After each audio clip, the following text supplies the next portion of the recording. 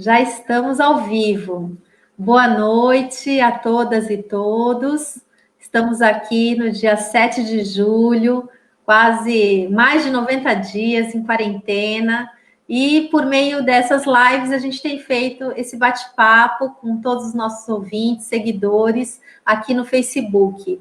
É um prazer estar com vocês aqui, de novo nessa live temática, né, como eu chamo. Porque é uma live que discute temas importantes para a nossa cidade de Cubatão e que me ajudam a refletir sobre as propostas que nós queremos apresentar no nosso programa de governo para a cidade de Cubatão. Eu tenho, hoje, né, o tema escolhido foi o meio ambiente em Cubatão. A gente quer fazer um panorama aí sobre os principais desafios. E, em especial, vamos falar do novo marco regulatório do saneamento básico, que vai trazer muitos impactos para a nossa cidade, para as cidades brasileiras, né? E para a região da Baixada Santista. Eu tenho aqui para fazer esse debate, né? Eu convidei dois grandes amigos. Um é um amigo assim de muitos anos, que é o Dr. Vladimir Ribeiro. Ele foi meu colega na faculdade de Direito, no Largo São Francisco. Né? Estudamos juntos e depois trabalhamos juntos muitas vezes na vida. O Vladimir foi meu primeiro chefe, né? Acreditou em mim logo que eu me formei, me convidou para trabalhar com ele na Secretaria de Assuntos Jurídicos da Prefeitura de São José dos Campos, e acabou me colocando nesse mundo do direito público, do direito administrativo. Até eu acho que eu devo isso a você, né, Vladimir? De depois ter seguido a carreira, né, ter feito concurso, vindo para Cubatão como procuradora do município de Cubatão, e depois, né, tive aquela oportunidade de ir para Brasília, a convite do presidente Lula, depois com a presidenta Dilma, e o Vladimir trabalhou comigo em Brasília novamente, mas foi justamente, até contando para o Hélio, né, dessa vez o inverso, né, eu é que indiquei ele para trabalhar conosco como consultor, tanto da lei de saneamento, quanto da lei de consórcios públicos, que são dois marcos legais muito importantes para esse tema que nós vamos discutir aqui, que é o meio ambiente, justamente porque o meio ambiente não tem fronteiras, né, administrativas, então ele tem que ser pensado sempre do ponto de vista territorial, regional, né, de forma mais ampla. O Vladimir é um especialista nesse setor, né, do saneamento, tem um escritório de advocacia em São Paulo, e é isso, uma pessoa que vem colaborando comigo muitos anos da minha vida, e agora agradeço por ele ter se disposto a fazer esse diálogo aqui com a gente no Facebook. O professor Hélio Lopes quase dispensa apresentações, Vladimir, porque ele é muito famoso aqui na Baixada Santista, é coordenador, né, do curso de gestão ambiental na Unisanta, e foi secretário no Guarujá, foi gerente da CETESB, de Cubatão, já está aposentado, foi também consultor do Ministério da Saúde, né? E secretário, como eu já te falei, do Meio Ambiente do Guarujá, e hoje está aí como coordenador do curso de pós-graduação em Engenharia de Segurança do Trabalho na Unisanta. Também coordenador do curso de Gestão Ambiental na Unisanta e professor da Unisanta. Então, tem um currículo maravilhoso e me foi indicado, assim, por muitas pessoas, viu, professor Hélio? E, em especial, pelo Boy, que fez esse primeiro contato com o senhor, a quem eu agradeço, e tenho certeza que já está aqui nos ouvindo. E meu irmão também, o Daniel, que já foi secretário de Meio Ambiente aqui em Cubatão, que me deu sempre as melhores referências. Ele disse que foi seu aluno e que você é maravilhoso como professor e como técnico, uma pessoa muito respeitada. Bem, gente, antes de passar a palavra, nós já temos aí 21 pessoas aqui com a gente, e eu quero cumprimentar. Temos alguns seguidores, assim, fiéis. Um deles é o meu amigo Lídio, que é pré-candidato a vereador pelo Partido dos Trabalhadores aqui em Cubatão. Olha, temos uma presença ilustre do Edgar Brandão, Edgar que é secretário executivo hoje do consórcio do Grande ABC, mas já foi secretário de Finanças aqui em Cubatão também, conhece muito a nossa região, e é um prazer. Obrigada, Edgar, pela audiência. a minha colega da prefeitura, Dulce Estevo, também sempre presente. Obrigada, Dulce. O nosso companheiro Antônio José. O Antônio José, gente, é um deficiente visual total.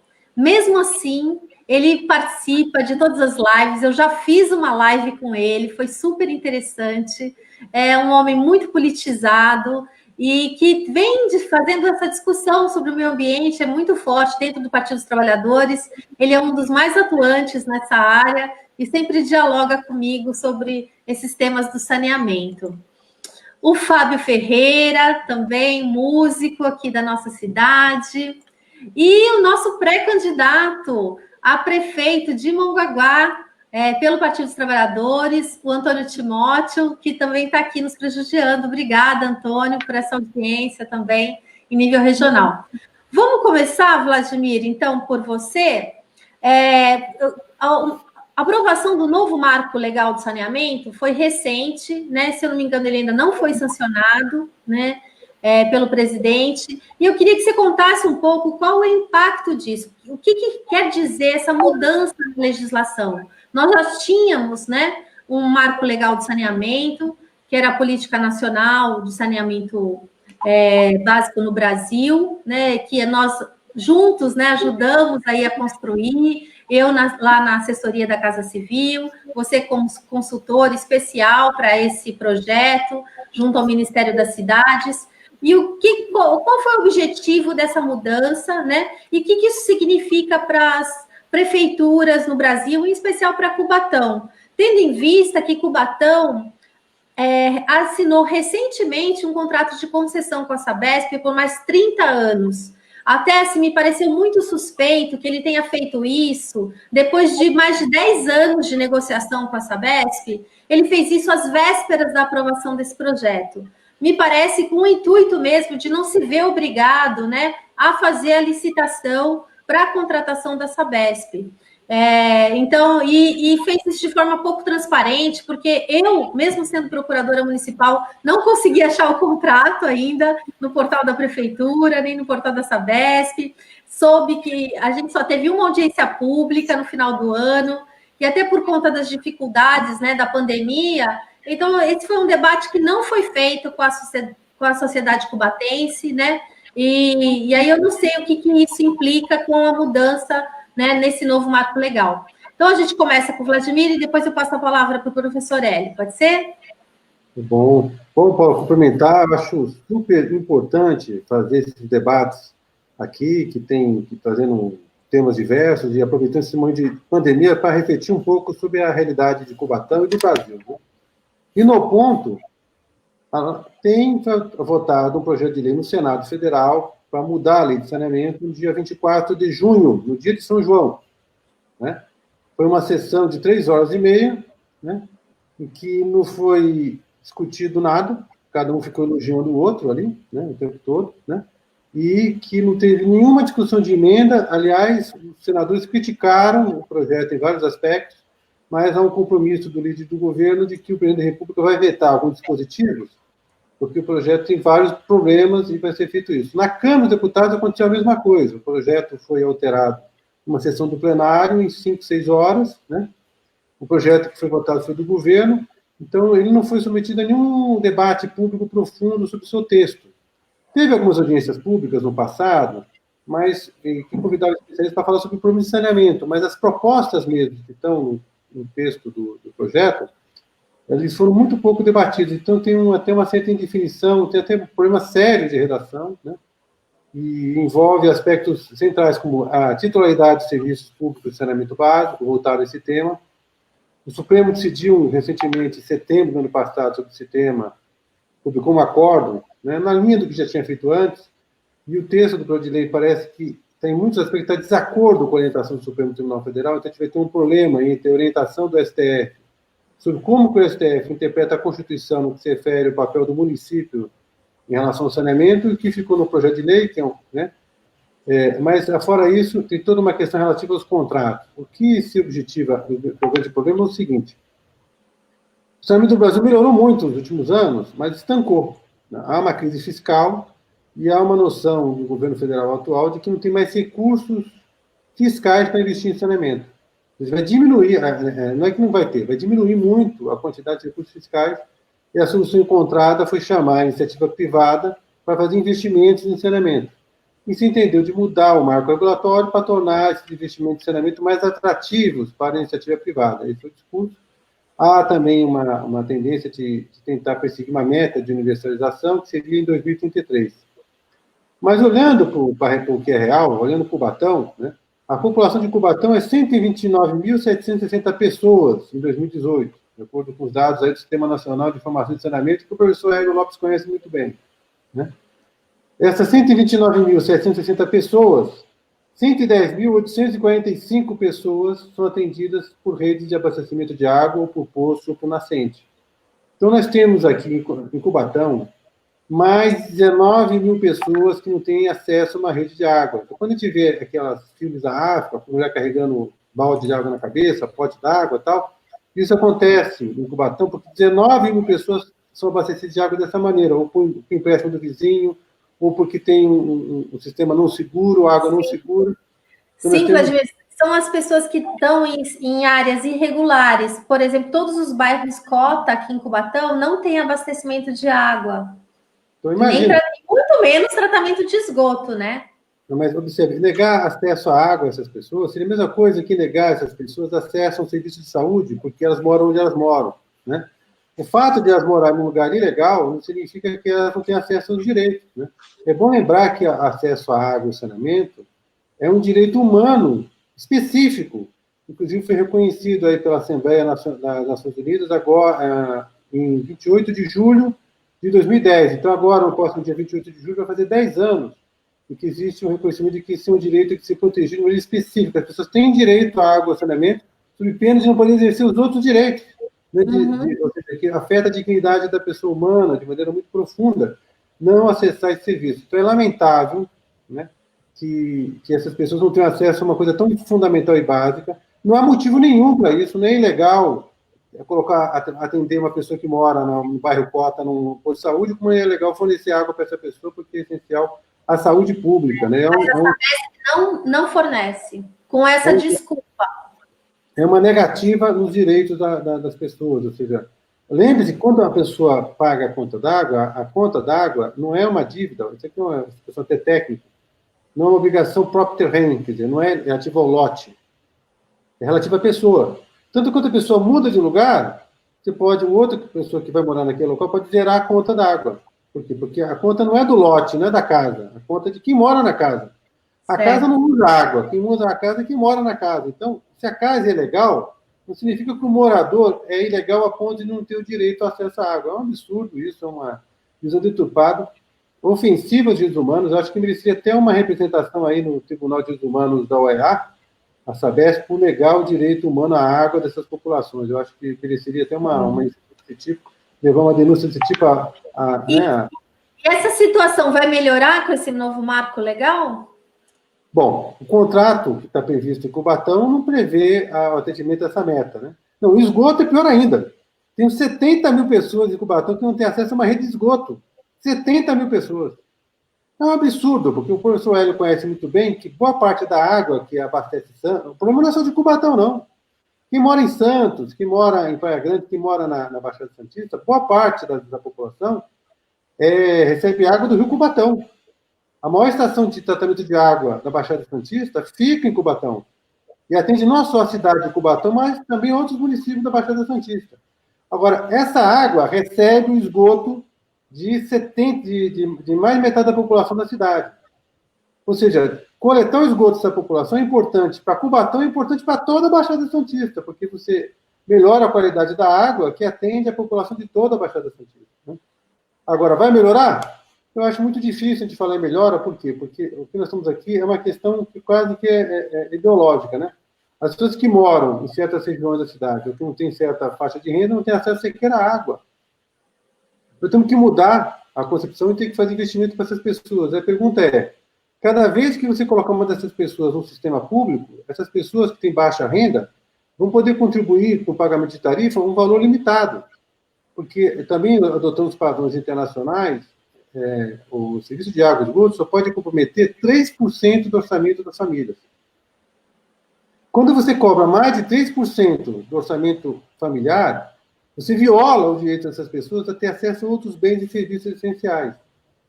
Então, evidentemente, que o serviço custa mais caro do que esses 3% da renda dessas pessoas. Então, elas vão ter que ser subsidiadas. Isso significa o seguinte: cada dia que passa que a Sabesp atender essas pessoas, ela vai gastar mais do que vai receber. Sim. Então, ela vai ter um resultado econômico negativo. Então, observe, universalizar o saneamento no Brasil e atender os mais pobres vai diminuir o chamariz econômico dos serviços. Então, é uma contradição, né? Você, para atender melhor os serviços, vai ter que prejudicá-los do ponto de vista econômico e financeiro, porque você vai ter que atender pessoas que são mais difíceis de ser atendidas, que moram em regiões de mais difícil atendimento, e, ao mesmo tempo, são pessoas que vão poder contribuir menos com as receitas tarifárias, o que faz com que o resultado econômico piore, quando você cumpre o seu dever de fornecer água para todos. Além desse aspecto, tem um outro aspecto, porque uma companhia de água aumenta a sua receita quanto mais água ela vende. Quanto mais água a Sabesp vender, mais vai aumentar a receita da Sabesp. A pergunta que fica: interessa para a população de que as pessoas consumam muita água ou o uso racional da água é melhor? Se aparecesse alguém na Sabesp, agora vamos fazer um programa de uso racional da água. Olha, a população de Cubatão economizou água, atendeu as suas necessidades, consumindo 20% menos de água. O faturamento da Sabesp vai diminuir no mínimo 20%. Perfeito. Então, o que acontece? É necessário uma regulação pública para poder fazer com que as pessoas tenham acesso à água e para que esse serviço atenda aos seus padrões ambientais. E isso acontece também com o lixo, né, Vladimir? Que é bem a mesma lógica, né? As empresas que fazem tratamento, né, de resíduos sólidos, quanto mais lixo, melhor para elas, porque elas ganham por tonelada. E isso é contra a lógica, porque nós queremos educar a população para gerar cada vez menos lixo. Tem uma história engraçada dessa história de lixo, lá de Londrina, né? Tem que passar a palavra para o Hélio. Depois você fala do lixo. A culpa foi minha, eu que interrompi. Mas eu entendi bem. Então, assim, para ficar claro para quem está nos ouvindo, com esse marco legal vai induzir a privatização do setor, e você mostrou que a lógica, né, do saneamento, até por ele ser um monopólio natural, né, e ele tentar levar um bem público para as pessoas, essa lógica do mercado não funciona nesse serviço. É isso mesmo. Na verdade, nunca vai deixar de ser serviço público. O fato de ser privado ou público não muda a natureza de serviço público. Claro. Hélio, e você, o que você achou dessa mudança aí na lei, do saneamento? Você concorda com o Vladimir? Bom, eu acho o seguinte, veja, esse marco regulatório, inclusive para os municípios que já fecharam, né, convênio com a Sabesp, só daqui a 30 anos é que eles vão poder rever isso, né? Então, por exemplo, o caso de Cubatão é daqui a 30 anos, porque é um município que já fechou aí o seu convênio. Agora, o que a gente verifica é o seguinte: o setor privado, ele está tentando, na realidade, nós estamos num momento em que o país está querendo privatizar tudo, né? Então, a questão do saneamento básico, né, e outras, até o ensino superior, né, tudo Verdade. ser privatizado. As pessoas precisam saber o seguinte: se nós não tivéssemos SUS, como é que nós estaríamos agora com o sistema privatizado? Nós temos que ser atendido. No fundo, todo mundo corre por causa do Estado. O grande problema é que, muitas vezes, esse Estado, a gente pega, por exemplo, aqui, no exemplo do Estado de São Paulo, né? A Sabesp, que é uma companhia de economia mista, né, ela não é tão economia mista assim, não é tão do Estado assim, porque ela é uma companhia que tem acionista, aplica na Bolsa de Nova York, né, e remete seus dividendos para os seus acionistas e deixa, às vezes, de atender certas comunidades, né, mais carentes. né, se envolvendo mais com aqueles setores, aqueles bairros onde você tem um consumo, enfim, né, tem uma quantidade maior desse consumo. Se a gente pegar, por outro lado, olhar que ela não entra em determinadas bairros, né, por exemplo, o bairro Cota, aí nós teríamos que fazer a regularização fundiária desses locais. Porque, mesmo que ela queira entrar, ela não pode, porque o Ministério Público não permite, porque são áreas que foram ocupadas, né, áreas de preservação permanente, né, que foram ocupadas e que a legislação não permite que a própria Sabesp, ou até a particular Centraí, ele leve saneamento a isso. Então, no momento, a gente precisa resolver isso, né? Fazer a regularização fundiária e tentar levar saneamento a esses locais que já estão consolidados, de uma certa maneira, né? Estão consolidados. A população menos favorecida, ela busca um espaço onde ninguém vai entrar com mandado para fazer a desocupação, né? E mesmo assim, às vezes, até o próprio Estado procura fazer essa desocupação. No caso, isso traz um grave problema de saúde pública, né? Bem, o Vladimir colocou na questão do esgoto, né? Porque esses bairros, quer ou não, a realidade é o seguinte, eles estão produzindo esgoto. Porque a água, eles utilizam a água da serra, né? Utilizam o recurso hídrico que ele tem, mas ele produz um esgoto. E esse esgoto, ele tem como corpo receptor final o próprio manancial de captação de água de abastecimento público do restante da população, né? Então, você tem aí uma vazão alta, contribuindo nesse manancial e levando contaminantes que dificilmente a estação de tratamento de água convencional, como é uma estação de tratamento de água da Sabesp, consegue remover. Por exemplo, os desruptores endócrinos, né, que são determinado tipo de poluentes que ela não tira numa estação teria que ter umas colunas de carvão ativo, ou então uma introdução de carvão ativo para absorver determinado tipo de poluentes, principalmente os orgânicos, né? Você tem muitos poluentes orgânicos aí que ele vem, evidentemente, do lixo, do esgoto doméstico. E o esgoto doméstico, na verdade, ele não é tão doméstico assim. Ele praticamente virou um industrial, porque a dona de casa utiliza uma série de produtos químicos,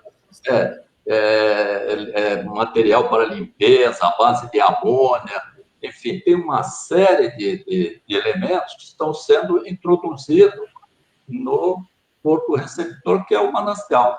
Nós não protegemos nossos mananciais, essa é a grande verdade. E não é só em Cubatão, isso daí é no Brasil todo, né? Se você pegar a Grande São Paulo, até condomínios, veja, que estão regularmente instalados lá, mas regularmente entre aspas, né? Porque o poder aquisitivo, ele consegue, de uma certa maneira, às vezes até obter essa regularização, né? Com licenciamento e tudo mais, mas ele não tem, às vezes, esgoto. Você pega aí em volta da represa Abelhas, aquele monte de residência, muitas vezes até de alto padrão, suntuosa, lançando o seu esgoto diretamente, sem tratamento, naquele corpo receptor. E isso vai causar um problema de saúde pública. Claro, então, verdade. A gente tem uma população doente aí. Essas são coisas que estão ocorrendo, que precisam ser resolvidas de momento. O marco regulatório, ele vai fazer o quê? Ele vai tirar do Estado e vai passar para o particular, certo? Mas, no fundo, o município vão ter que arcar com isso, porque são os municípios que vão ter que ter um recurso financeiro, né, para poder pôr adiante seus projetos. Então, se nós estamos vivendo numa situação atual, e essa situação vai se perdurar por muitos e muitos tempos aí. Eu estou falando direto aí no caso de Cubatão, né? Existem outros municípios que também fecharam aí convênio para a Assembleia. A gente precisa ter uma prática aí e tentar resolver esse problema de saneamento básico, né? Que é o problema de esgoto, né? Já que a gente tem outros problemas sérios em Cubatão, que são problemas de saneamento ambiental, que envolve aí uma série de outros problemas de poluição do ar, enfim, riscos e lançamento de gases na atmosfera. Eu, por exemplo, acaba, de uma certa maneira, tudo isso é um grande ciclo, né? Porque você polui as águas, há uma concentração desses poluentes no sedimento. Aí precisa se fazer uma dragagem para desassorear os rios, porque a população está sofrendo problema de enchente. Isso é comum aí na região, né? Você tem, sempre na época de chuva, vamos pegar aí o bairro da Água Fria, o pessoal fica embaixo d'água, né? Sim. Mas não pode fazer, tem restrições para se fazer o desassoreamento desses rios, por quê? Porque eles estão com uma concentração alta de poluentes nesse sedimento. E aí envolve. E aí, por isso, provoca. Tudo isso, o material que vai ser retirado daí, ele não pode ser, muitas vezes não pode ser, em função da concentração, utilizado para uma terraplanagem, enfim, um outro tipo de serventia, e tem que se levar aí para um aterro de resíduo perigoso ou de resíduos não inertes, enfim. E tudo isso gera um problema muito difícil para o gestor público, né? É muito fácil, a gente fala, mas aí o gestor público ele fica engessado por um problema que é criado pela própria falta de entrosamento desse próprio setor público, seja estadual, municipal. Eu entendo o que você está falando, Hélio, mas eu acho que também tem muita incompetência, sabe, na gestão pública. Muita gente que não sabe administrar. Eu acho, por exemplo, e eu até compreendo quando você diz, né, o Ministério Público não permite, né, que a Sabesp entre. Eu e o Vladimir somos advogados que somos de uma escola que a gente não se submete ao Ministério Público, entendeu? A gente discute. Eu, se fosse prefeita, eu discutiria essa opinião do Ministério Público, inclusive judicialmente, porque você mesmo está mostrando que o tratamento do esgoto e o abastecimento de água é bom para a preservação do meio ambiente ali, né? Ele não vai prejudicar o meio ambiente, ele vai colaborar para a preservação do meio ambiente, porque as famílias não podem ser retiradas ali e elas estão jogando, né, como você falou, esgotos ali. Então, eu acho que assim, falta, às vezes, coragem mesmo, sabe, dos gestores de enfrentarem algumas questões. Eu vejo muita gente abaixando cabeça, né, como se algumas coisas fossem dogmas, assim, é assim porque é assim, né, eu acho que a gente tem que enfrentar. Mas eu vou passar a palavra de novo para o Vladimir, eu queria tem várias pessoas, a gente já tem mais de 30 pessoas aqui nos assistindo, e o pessoal prestigiando, muita gente elogiando vocês, eu preciso mostrar para vocês o sucesso que vocês estão fazendo aqui na live. Deixa eu começar aqui, nossa, lá. Eu parei aqui no Daniel, meu irmão, dando parabéns, o Júlio, que é seu amigo, né? O Velarde falando aqui. O meu querido companheiro, Roque Furtado, também companheiro do Partido dos Trabalhadores, ambientalista. Caio Leite, cidadão aqui de Cubatão, também está participando da nossa campanha, é o coordenador do nosso plano de governo, nosso programa de governo. A Irenita Barbosa, uma assistente social aqui da prefeitura também, elogiando a escolha desse tema. Nosso colega Vladimir, o Luciano Rolo, te cumprimentando. colega de faculdade nosso. É muito bom que a gente não tem fronteiras nessa live, né? A gente vai encontrando amigos. Eu já tive amigos assistindo lives do México, da Espanha, da França, do Chile. Entrou um prefeito do Chile uma vez aqui interagindo. É muito interessante isso. Aqui, ó, minha amiga queridíssima Eliane Belfort, presidente, né, da Associação das Mulheres Progressistas do Guarujá. O Caio falando também aqui do Vale Verde, que a Sabesp não oferece serviço lá, é um bairro que nós temos aqui em Cubatão, é um condomínio, né, quase um condomínio.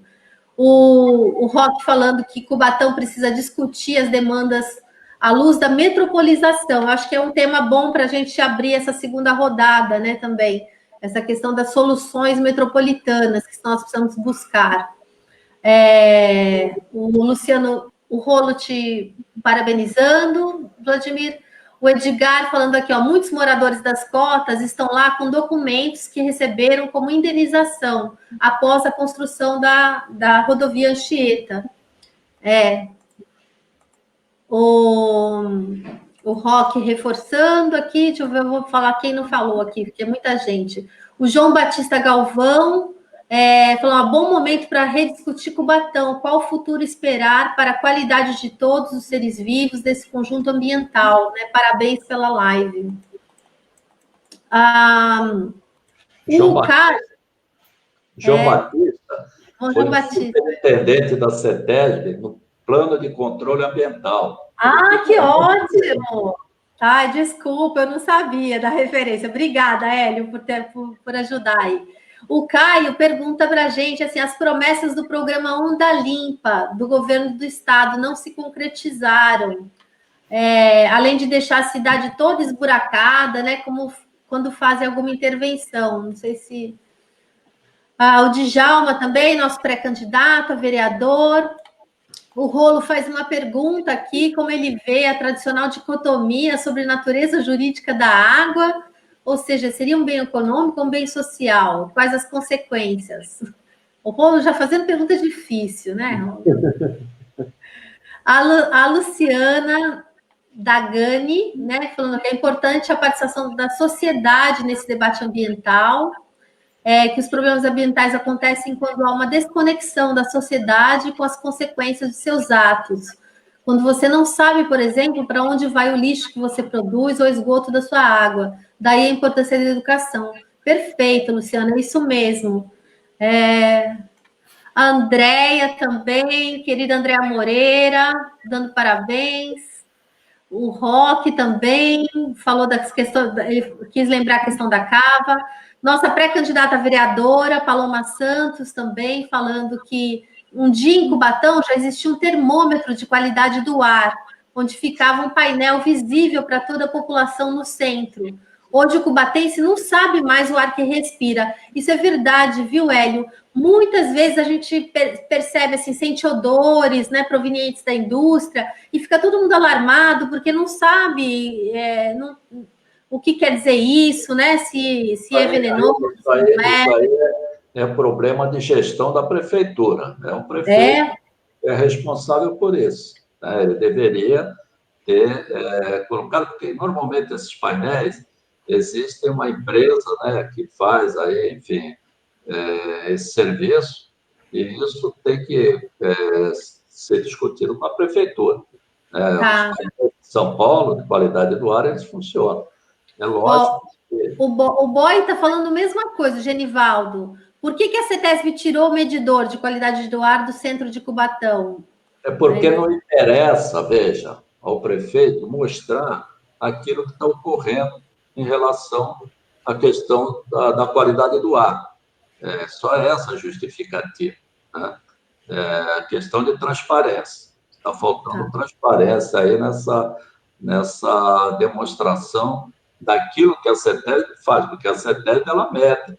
Ela tem uma estação de qualidade do ar, são estações telemétricas, né, remotas, sistema remoto, e que fornece os dados, estão à disposição. Agora, o município precisa ter essa transparência de colocar esses painéis e mostrar para a sociedade. Perfeito, entendi. Ó, Vladimir, o Antônio, se você puder ajudar, o Antônio, como eu disse, é nosso pré-candidato do Partido dos Trabalhadores à Prefeitura de Mongaguá, aqui na Baixada Santista, e ele pergunta sobre esses números que você trouxe de Cubatão, né, onde que ele pode pegar, porque ele quer, claro, né, também fazer o diagnóstico da cidade dele. E aí, se puder... Sistema Nacional de Informações de Saneamento, Ministério do Desenvolvimento Regional, você seleciona o município e escolhe os indicadores. Tem muitos indicadores, mas o mais importante é a cobertura de água, cobertura de esgoto, aí você tem nível de tratamento de esgoto, quanto que arrecada, as informações, a princípio, estão lá. Nem todo mundo declara, mas a Sabesp tem declarado com uma certa frequência, porque recebe recursos federais, então dá para saber exatamente quantas pessoas estão atendidas e quantas não estão atendidas. Perfeito, obrigada. Olha, a Marta, minha amiga, também foi sua aluna, eu acho, Hélio. A Marta Cima. É a engenheira amiga nossa. É, minha amiga também, olha, temos amigas comuns. O Jeffer também, outro amigo comum, meu e do Hélio, né? Também o Jeffer é um ambientalista, assim, muito atuante aqui na nossa região. Fiz uma live com ele no domingo, né? Quer dizer, participei de uma live com ele no domingo, na Baixada Santista. É um lutador aí na defesa do meio ambiente, né? É verdade. Jeffer tem uma experiência muito grande, foi operador, inclusive, da roda aí, conhece muito essa parte toda aí. E ele te faz uma pergunta aqui, ó. Professor Hélio, o que fazer para a CETESB voltar a defender o interesse ambiental e público social? É uma pergunta genérica para a gente responder. Ultimamente, a gente tem tido alguns problemas aí ambientais, principalmente de implantação de empreendimentos. Eu vou dar um exemplo aqui, o caso da incineração, né?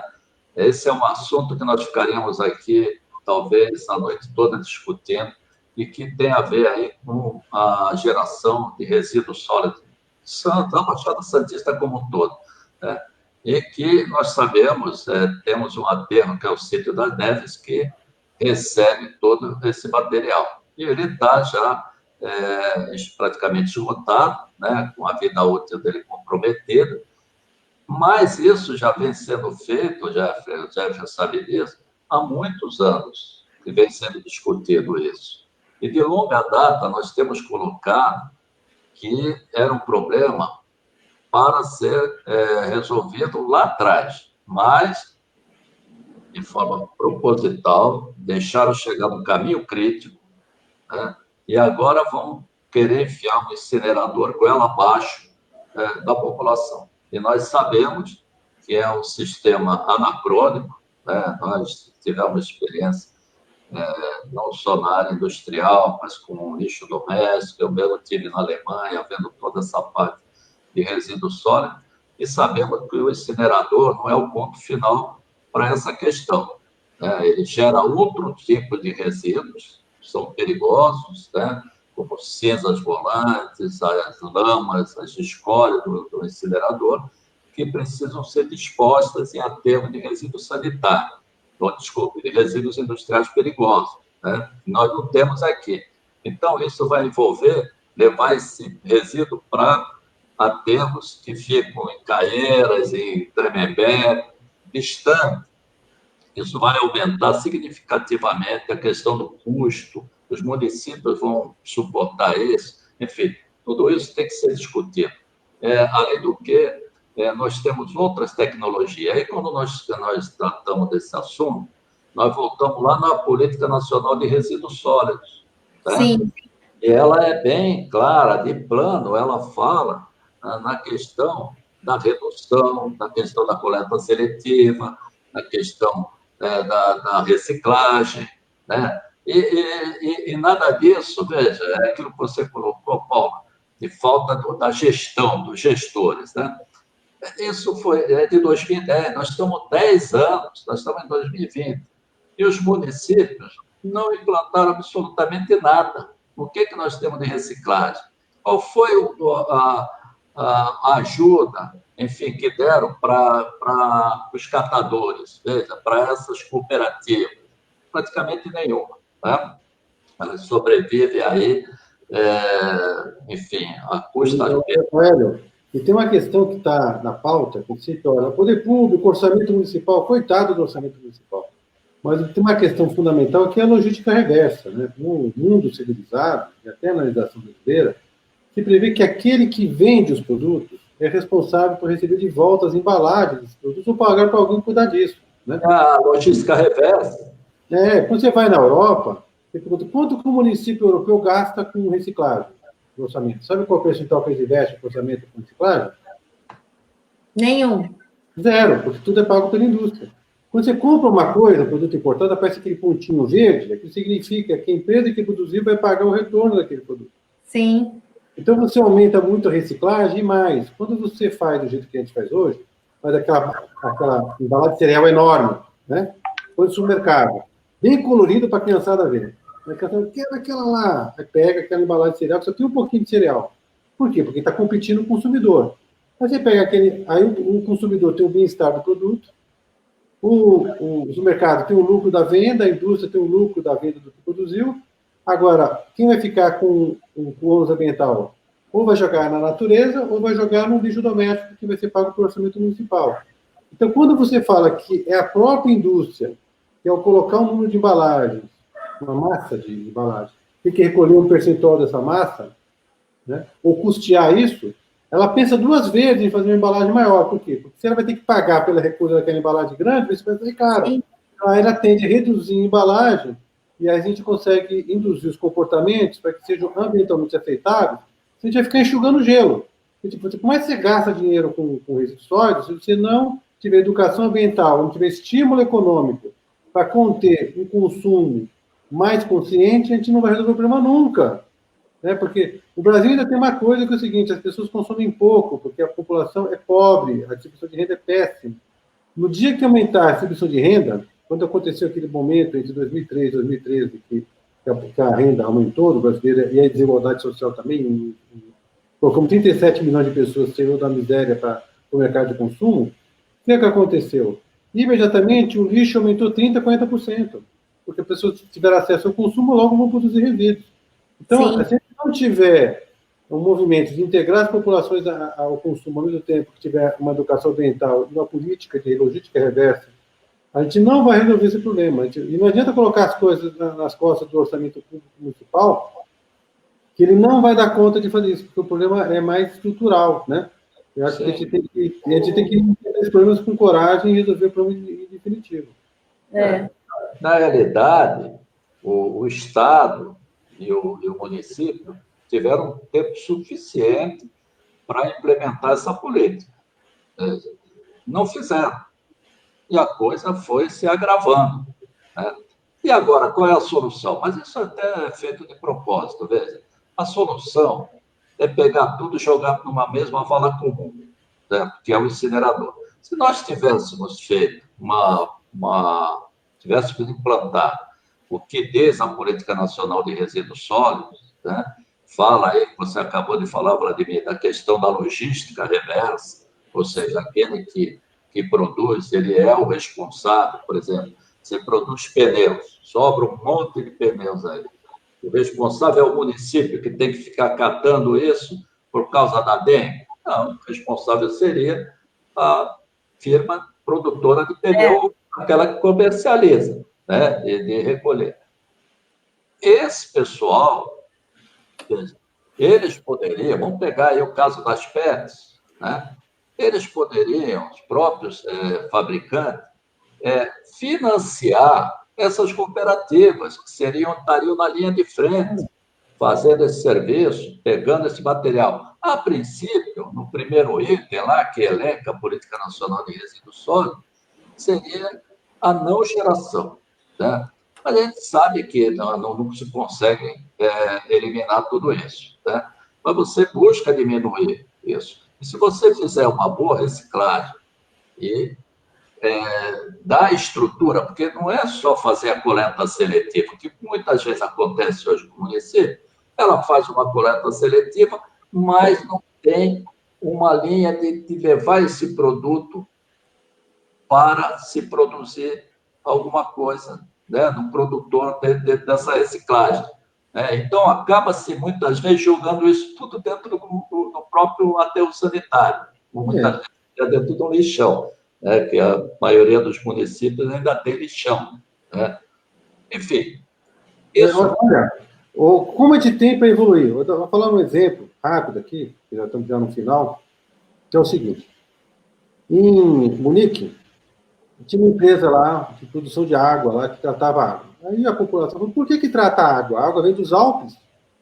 Por que tem que fazer tratamento de água? Quanto custa o tratamento? Eles gastaram muito com o tratamento e porque havia um tipo de agricultura na região onde eles captavam a água que poluía a água. O que eles fizeram? Pararam de tratar e incentivaram, com o dinheiro que eles gastariam com o tratamento, aliás, bem menos, a agricultura orgânica de altitude que melhora a qualidade da água. Então, aí eles têm um controle muito rigoroso de distribuição da água. Então, quando você abre a torneira lá em Munique, a água que sai dessa torneira é a água dos Alpes. Se você comprar uma garrafa de água mineral, está fazendo uma bobagem, porque só a embalagem da água mineral vai estragar o sabor da água. A água que está na torneira é a água dos Alpes. Não tem água melhor. Então, você tem que tirar a água mineral fora e colocar a água da torneira e engarrafar de novo, que é melhor do que a água que você compra no mercado. Então, observe que o primeiro mundo está indo para uma gestão ambiental integrada e está deixando até de tratar a água e incentivando a atividade de ocupação do solo que permita a qualidade da água. Vamos comparar com o Cubatão. Nós temos lá 18.915 pessoas que não têm acesso à água e mais de 50 mil pessoas que não têm acesso ao esgoto. Aí você joga o esgoto na natureza, polui o rio, Cubatão. Aí essa água poluída, que o tratamento, pelo que eu entendi do professor Hélio, ele não consegue tratar, por exemplo, a urina da mulher que toma anticoncepcional, tem uma substância que está no meio da água, você não consegue tirar, por exemplo. E essa água vai parar lá em Santos, ou aqui em Cubatão mesmo, na torneira das pessoas. E não tem filtro que vai tirar isso. Então, observe que é um atraso. Né? Então, além de a gente não reconhecer a dignidade das pessoas que moram nessas regiões, que teriam direito à água, que é uma coisa que não é um crime, né? É uma violação absurda dos direitos humanos, quer dizer, uma coisa criminosa. Ao mesmo tempo, a gente não tem a mínima inteligência de entender que se a gente não fizer isso para essas pessoas, a gente está ajudando a nós mesmos e ao nosso mundo, porque a gente vai conseguir qualidade de vida a partir do momento que a gente cuida das questões ambientais. Então, esse confronto de Munique, né? Essa água não tratada que vem dos Alpes, chega limpinha na torneira das pessoas, e Cubatão, que nega o direito às pessoas a ter acesso a uma fonte segura de água, né?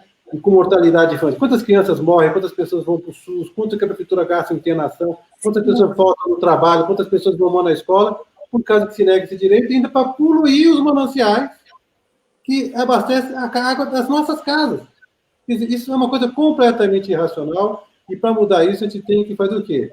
Agora, não o município e o Estado, né? O município e o Estado não estão fora da gente. Quem escolhe o prefeito, quem escolhe o governador, é eu, é você, quem está assistindo esse programa aqui. Então, se tem algum responsável para essa situação absurda que a gente vive, você sabe quem é? Nós mesmos, porque na hora que a gente vai votar, escolher quem nos representa, a gente não pensa nisso. A gente pensa em outras coisas que não tem nada a ver com a história, né? Via vídeo de WhatsApp, para votar em vídeo, e pensar nos problemas reais que as pessoas vivem no dia a dia, né?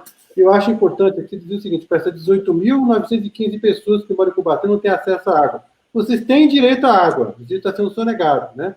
Isso é um crime que estão falando com vocês e a gente tem que fazer algo para que as pessoas tenham acesso a esse direito fundamental, que é ter acesso a uma água de fonte segura. Gente, ó, deixa eu só terminar aqui. Mais gente também que está aqui nos prestigiando, que a gente tem que dar. O Edgar, lembrando que no Brasil só 53% tem acesso à coleta de esgoto. Ele falou antes aqui dos números de 83% são atendidos por abastecimento de água tratada. 35 milhões de brasileiros não têm, né? 19 mil em Cubatão. Mas em Cubatão, né? 19 mil. Cubatão, a proporção, gente, é porque nós temos 63% de área do território municipal de preservação ambiental. Entendeu? Então, é um território muito grande que é considerado irregular e que não recebe, né, essa infraestrutura de abastecimento de água, tratamento de esgoto, e a gente precisa... se isso fosse isso aí fica impedido, é isso que eu acho que não é lógico, porque é impedido de fazer essa infraestrutura para preservar o meio ambiente, mas a gente sabe que, na verdade, a ausência dessa infraestrutura está poluindo mais e prejudicando mais o meio ambiente. É mais ou menos assim, você está morando nesse lugar aí, a gente vai dar uma casa melhor para você, mas enquanto isso, você fica sem beber água. Não, existem outras formas, né? É contratado água de outras formas para levar lá, mas isso é um custo muito caro, né? Bom, Júlia aqui falou 80% do abastecimento de água para Cubatão, Santo São Vicente, parte da Praia Grande são captados em Cubatão, olha lá. Interessante, 80% Cubatão fornece, né, para a região metropolitana. A nossa professora, Mônica Viana, professora da Unisantos, também do curso de pós-graduação de urbanismo, né, arquitetura e urbanismo da Unisantos, dando parabéns.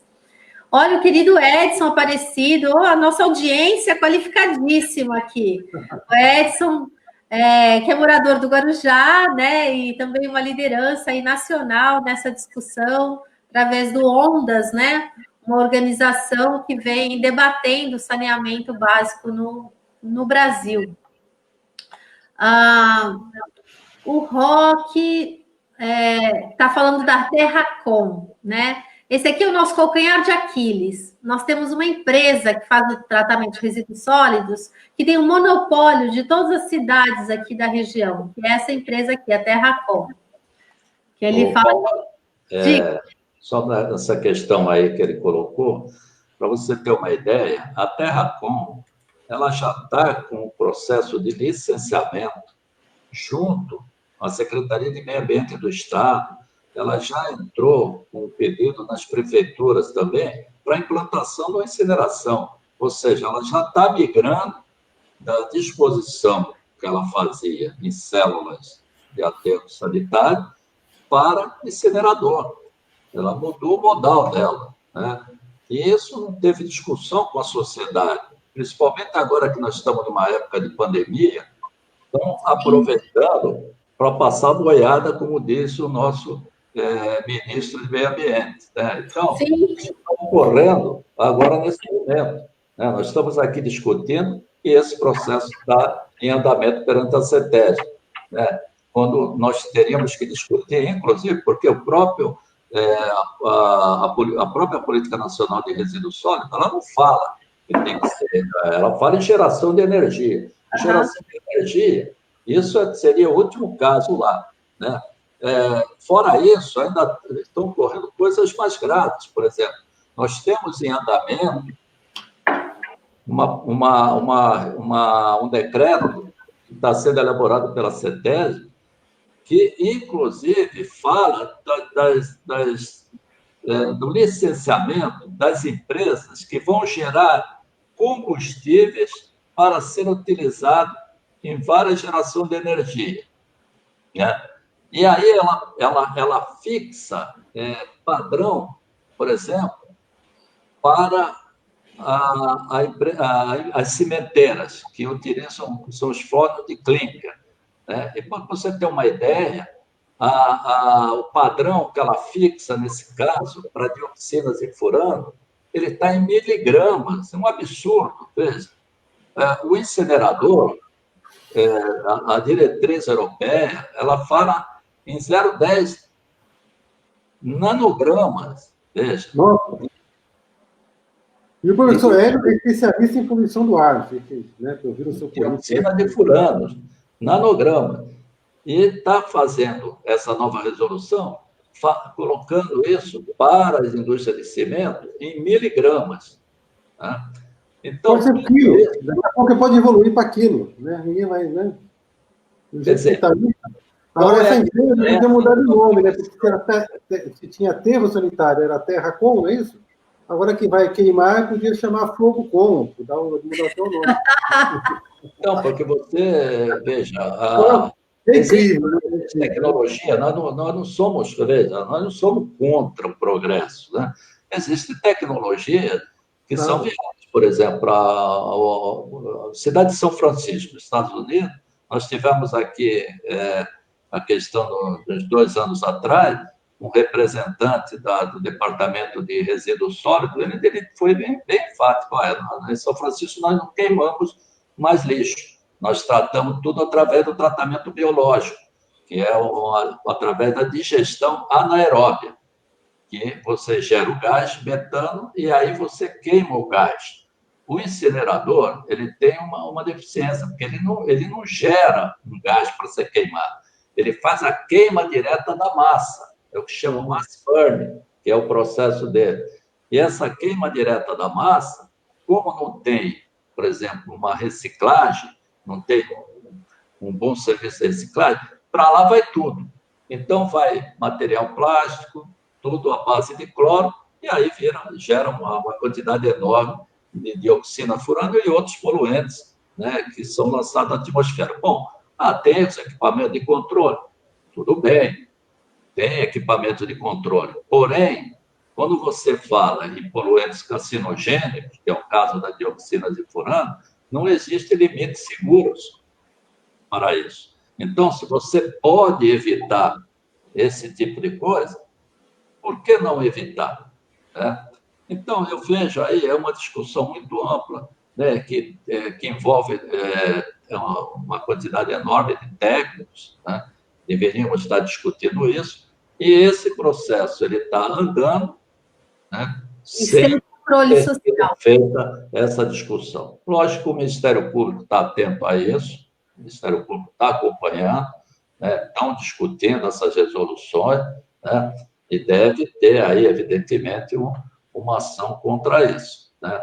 Mas, de qualquer forma, a gente vê a intenção aí, no caso aí que ele citou da Terracom, que ela está preocupada com a sobrevivência sem pensar na questão de saúde pública. Essa é que é a verdade. Então, é isso, só retomando aquela discussão do público e do privado, né? Você vê assim, eu acho que tem serviços públicos que não é que não possam ser concedidos à iniciativa privada, podem, desde que houvesse uma equipe de regulação muito forte que controlasse o serviço que a iniciativa privada faz. E mesmo pública. A Sabesp também precisa ser acompanhada. Na verdade, os reclamam, assinam o contrato com a Sabesp e nunca mais visita a Sabesp. Nunca mais nem sabe o que está acontecendo. Então, o que acontece? Quando você tem um contrato, você tem o contratado e o contratante. Para dar certo, o contratado tem que fazer a parte dele e o contratante tem que fazer a parte dele. Se o município de Cubatão assinou o contrato com a Sabesp, a pergunta é, quem é que vai fiscalizar? Quem vai acompanhar o contrato? Qual o técnico está designado para isso? A Sabesp está pagando um valor anual, não está? E esse valor é justamente para manter um sistema de fiscalização do próprio contrato. Quanto mais Cubatão fiscalizar o contrato, melhor vai ser o saneamento do Cubatão, melhor vai ser a qualidade de vida do Cubatão, melhor vai ser, as pessoas vão ter acesso ao direito à água, que eu estou falando aqui agora. Por quê? Porque se você não tiver alguém que acompanhe a execução do contrato, não vai dar certo, né?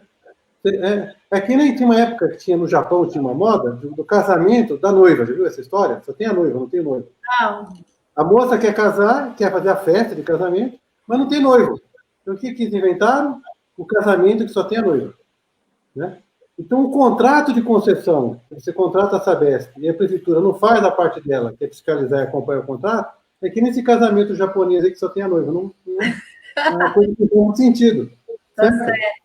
Não, eu concordo e acho que a prefeitura não tem feito mesmo o dever de casa, né? De fiscalizar e de cobrar.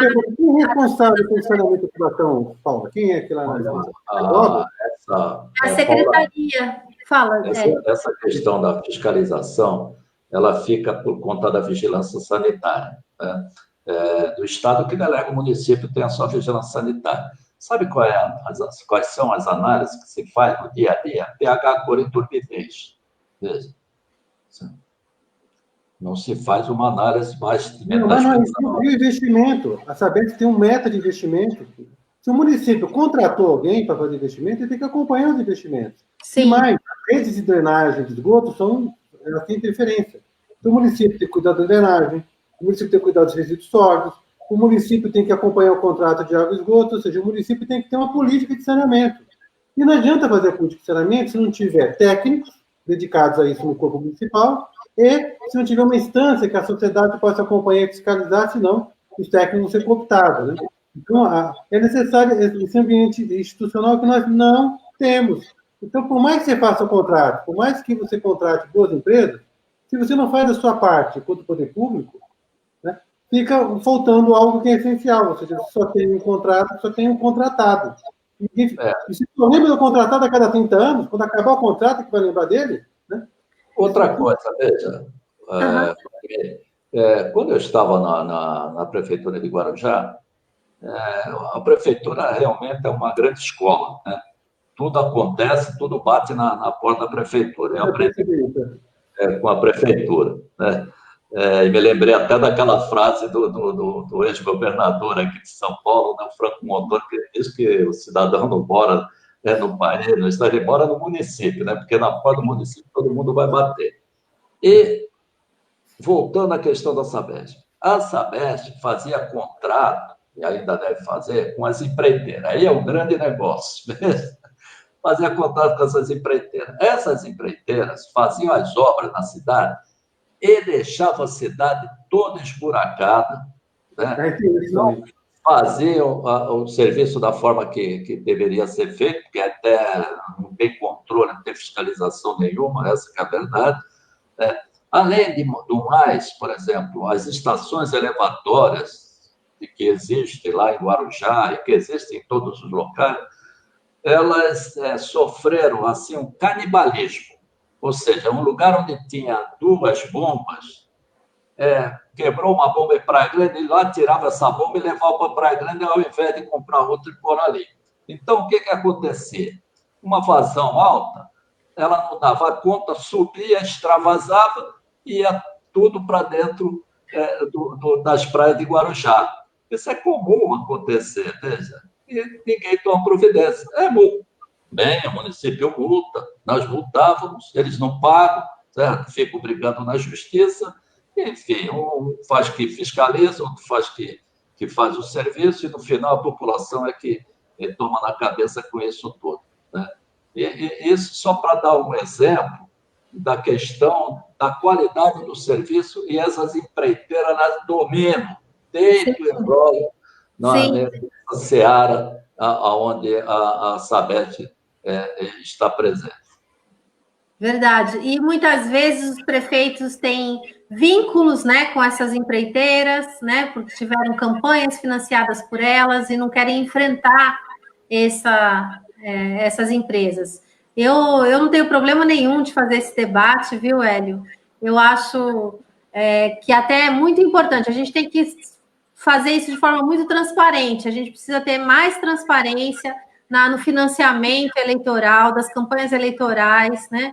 A minha campanha mesmo é uma campanha que não tem recursos, né? Que estou esperando ainda receber alguma coisa do fundo eleitoral, do fundo partidário, aí do Partido dos Trabalhadores, porque eu faço questão disso, porque assim, eu não quero ter compromisso com ninguém, né? Eu acho que a gente tem que fazer o certo, a gente tem que ter uma pessoa que vá lá e tenha coragem, tenha empreendimento, independência, autonomia para fazer o que precisa fazer. Eu vejo muitos, eu como trabalho na prefeitura há mais de 20 anos, eu vejo muitos administradores que acabam subordinados aos interesses comerciais, entendeu? Dessas empresas que trabalham aqui na região.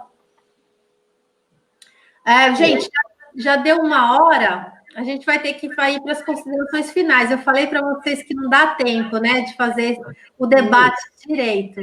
Mas eu só queria, assim, para a gente até terminar um pouco para cima, nas considerações finais, se vocês veem alguma perspectiva do arranjo metropolitano, por exemplo, um consórcio público entre os municípios, que é uma proposta que eu tenho defendido aqui na Baixada Santista.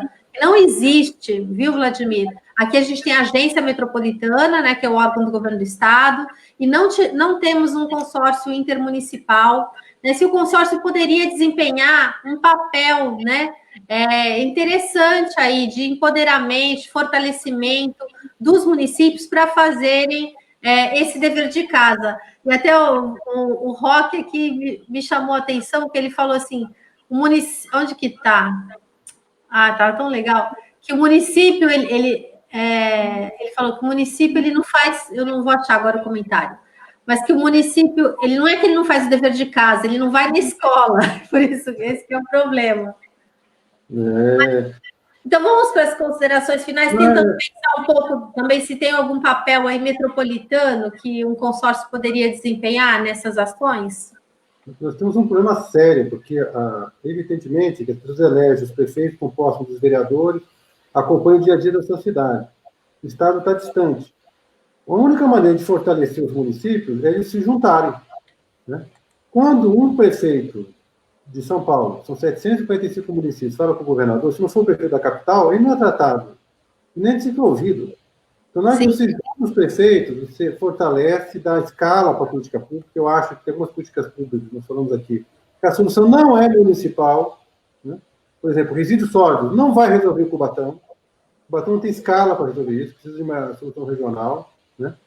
E se tivesse um consórcio regional, tivesse um contrato só com a Terracom, o poder desse consórcio com a Terracom seria diferente. Perfeito. Porque ele vai pressionando cada um dos municípios. Então, podia até se imaginar, né, outras formas de modelagem, uma concessão, com participação acionária do poder público. Ou seja, tem outras formas de a gente poder organizar isso, mas tudo passa para os municípios se juntarem. E agora, a região metropolitana também tem uma ausência, porque o Estado de São Paulo não tem que ser contra o município. Nós temos que ter um governador, como nós já tivemos no passado, que seja comprometido com os municípios. Depois, assim, eu vim aqui para ajudar você para trabalhar junto. Se te mudar a postura e ter um governador que, em vez de tentar controlar os municípios, tomar o lugar dos municípios, coopere com os municípios, e tiver fortalecer a gestão pública, aí assim as coisas vão começar a mudar. Né? A gente não tem que brigar município com município, município com o Estado, a gente tem que juntar, né? Porque, afinal de contas, tanto o Estado quanto o município têm uma finalidade de defender o interesse público local. Então, essa mudança de postura, claro, né, que temos que ter, fortalecer o município, senão não vai conseguir ter esse equilíbrio. E é por causa disso, por isso que eu acho que a solução metropolitana é interessante, mas tem que partir de uma mudança mais global. Eu acho que a gente tem que aproveitar esse momento de pandemia e pensar, olha, a gente muda tanta coisa no dia a dia da gente que a gente nunca imaginaria que ia mudar, e pensar que dá para mudar mais coisas, né? E se a gente pensar dessa forma, talvez a gente vai passar por um processo de mudança institucional no Brasil muito rápido. Daqui 2 ou 3 anos também a gente não se reconheça. Porque nesse momento de crise, parece que as coisas ficam adormecidas, mas quando muda rapidamente. E eu acho que a gente está na iminência de um processo de mudança, a gente vai precisar de vocês aí que estão acompanhando o nosso debate, né? De vocês se mexerem, porque se vocês não se mexerem, as coisas não vão mudar sozinhas, não, né? Perfeito, Vladimir, perfeito. Vou passar a palavra para o Hélio também, mas lembrando que o eixo estruturador do meu programa de governo, que eu venho debatendo aí todo sábado à tarde, né, com reuniões temáticas, é a transição ecológica para a sociedade do século XXI.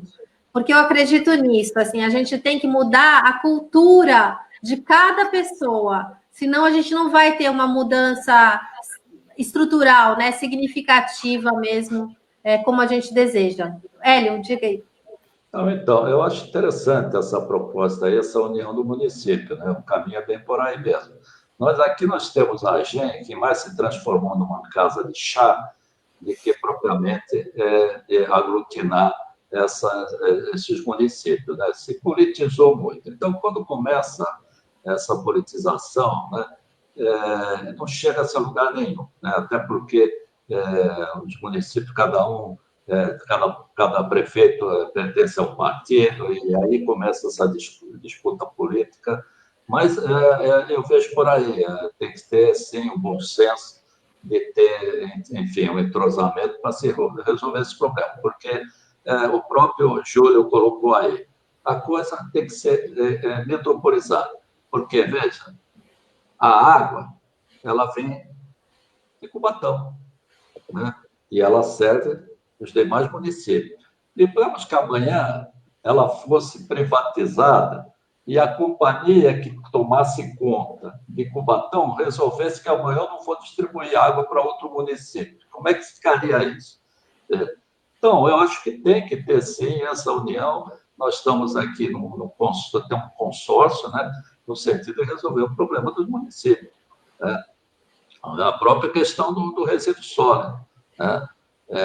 Você vai implantar um equipamento desse porte na área continental de Santos, mas as suas emissões atmosféricas vão atingir outros municípios, né? Você não está isolado nesse contexto, né? Está tudo, né, dentro da mesma casa, né? Até porque a distância é muito pequena, né? Você pega, por exemplo, a água que vem do Guarujá. O Guarujá passou a vida toda sem estação de tratamento de água. Talvez você não soubesse disso.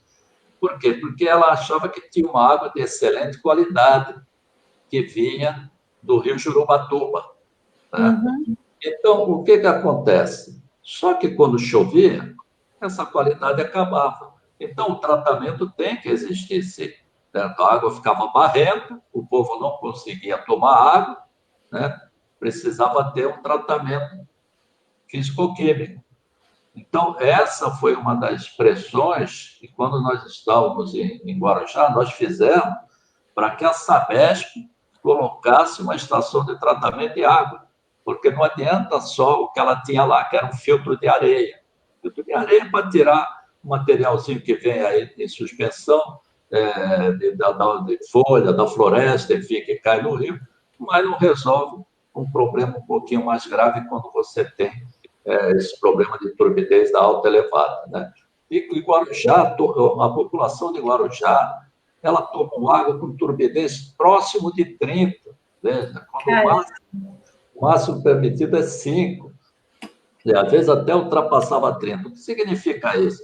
Significa um problema sério na saúde das pessoas, um problema renal, né? Porque com a água, com a turbidez alta dessa, você vai ter problema renal, né? Uhum. Eu acho que essa é uma discussão que a gente, infelizmente, só faz de vez em quando, né?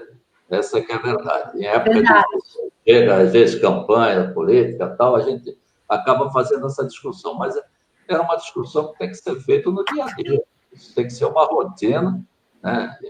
E com a participação da população, né? É importante a participação da população nesse processo, né? No caso, por exemplo, da implantação do incinerador, a questão das estações de tratamento de água, que não atendem às demandas, né? Muitas vezes até falta água. Você tem falta de água, por exemplo, em municípios, em regiões sempre mais pobres. Eu não sei por quê, né?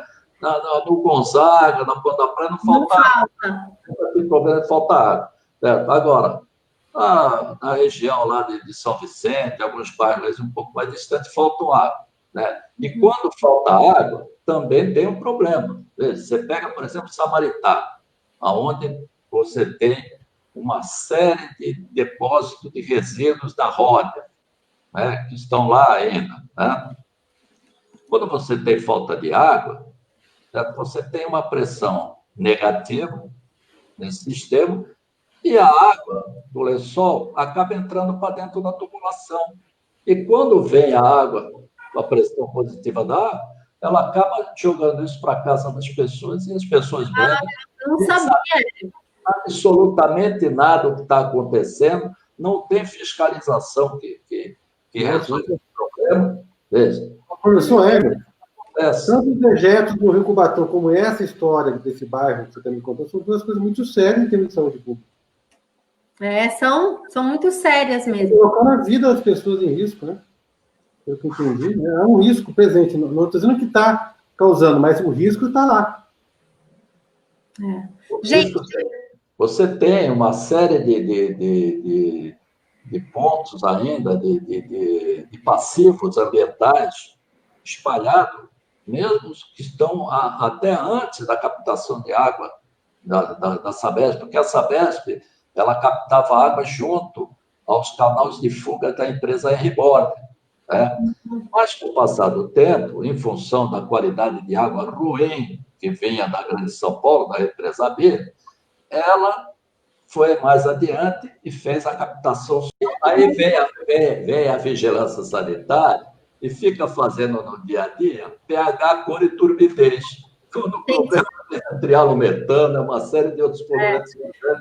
Então, gente, o papo está delicioso. Eu tenho muito a aprender com vocês. Eu já aproveito para convidá-los para participar do nosso último encontro no final de julho, que vai fazer essa discussão temática, né, da transição ecológica para a sociedade do século XXI, que é a proposta do nosso programa de governo para Cubatão. E convido a todos também que estão nos assistindo, a gente vai disponibilizar um número de WhatsApp para vocês solicitarem um link, porque essa reunião não vai ser transmitida online, né? Pelo menos em princípio não vai ser, até para a gente poder fazer essa discussão com mais liberdade, né? E aprofundar algumas questões ali. Mas, olha, foi muito produtivo, adorei. O pessoal que nos acompanhou aqui, eu não vou poder mostrar, mas muita gente elogiando e agradecendo a aula, que foi a explanação de vocês. Muito obrigada pelo apoio e pela ajuda. A gente se vê, meus seguidores aqui, peço a vocês que curtam a minha página, compartilhem esse vídeo com seus amigos, para que essa informação chegue cada vez a mais pessoas e a gente possa ampliar esse debate. Valeu, obrigada. Boa noite, gente. Boa noite. Boa noite.